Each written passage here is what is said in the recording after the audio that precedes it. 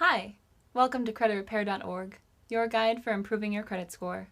My name is Tiffany Ryder, and I'm a financial services reporter who's covered everything from the Wall Street meltdown to second-generation credit cards and many things in between.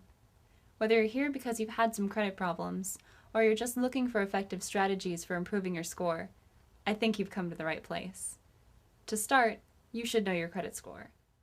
It can be acquired for free at creditkarma.com and is provided directly by TransUnion, one of the 3 major credit bureaus. This site is sponsored by advertisers, thereby allowing you to access your score as often as you like at no cost. Your scores from the 2 other major credit bureaus can be obtained from similar websites, some of which provide free scores. For more information on those sites, visit the detailed article Free and Cheap Credit Reports and Scores, located at creditrepair.org. You're probably going to want a credit score of 720 or more. Anything less than that may result in being rejected from quality credit extensions and lower interest rates. You might also miss out on credit card perks, like premium rewards.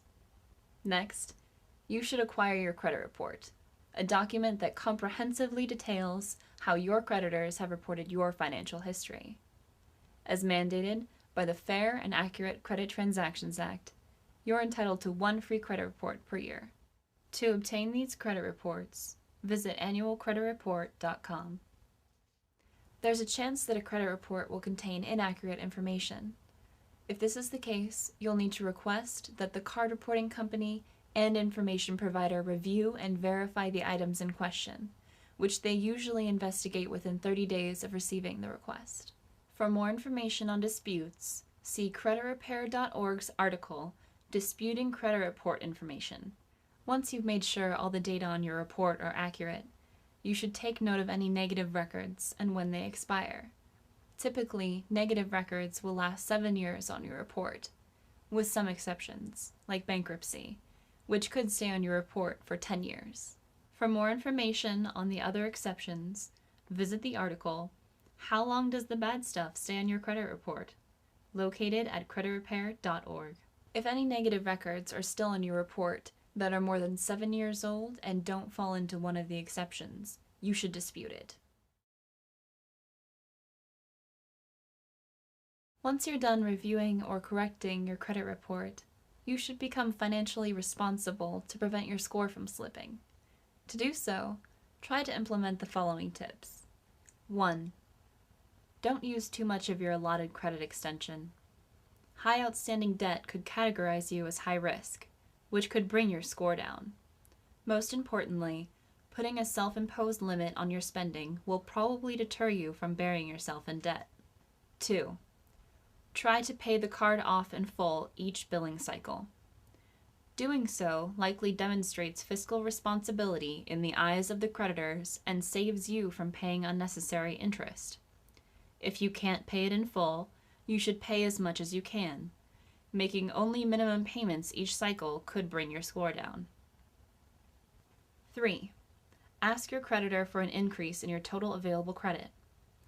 Part of your score is based on the amount of usage of your total allotted extended credit. Accordingly, having available credit of $10,000 will help more than $1,000. If your creditor won't increase it, consider applying for a card with another company, preferably one with a lower APR. But you should not apply for more than 1 card at a time. That could actually hurt your score. 4. Don't cancel your old credit cards. Many people believe that by canceling a card, they're sparing themselves from the temptation of racking up debt again. But part of your credit score is determined by the length of time your credit accounts have been open. Closing a card with 10 years of positive reporting removes it from your credit card, which could negatively affect your score and your ability to obtain other loans. If you're tempted to use it, you should use it only for small purchases and pay it off in full each month. If your card is inactive, your creditor may choose to cancel it, so make sure you're using it at least once a month to ensure it stays open. And 5. Look into getting other forms of credit extended to you. Your score is partially based on types of credit that have been extended to you, so consider looking into other forms of reported credit.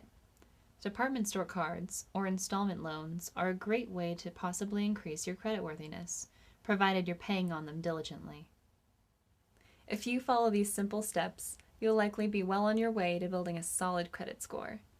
Much more information can be found at creditrepair.org, so don't hesitate to check out the articles for in-depth analysis and tips on trying to improve your score. This is Tiffany Ryder, hoping you check out creditrepair.org. Thanks, and good luck.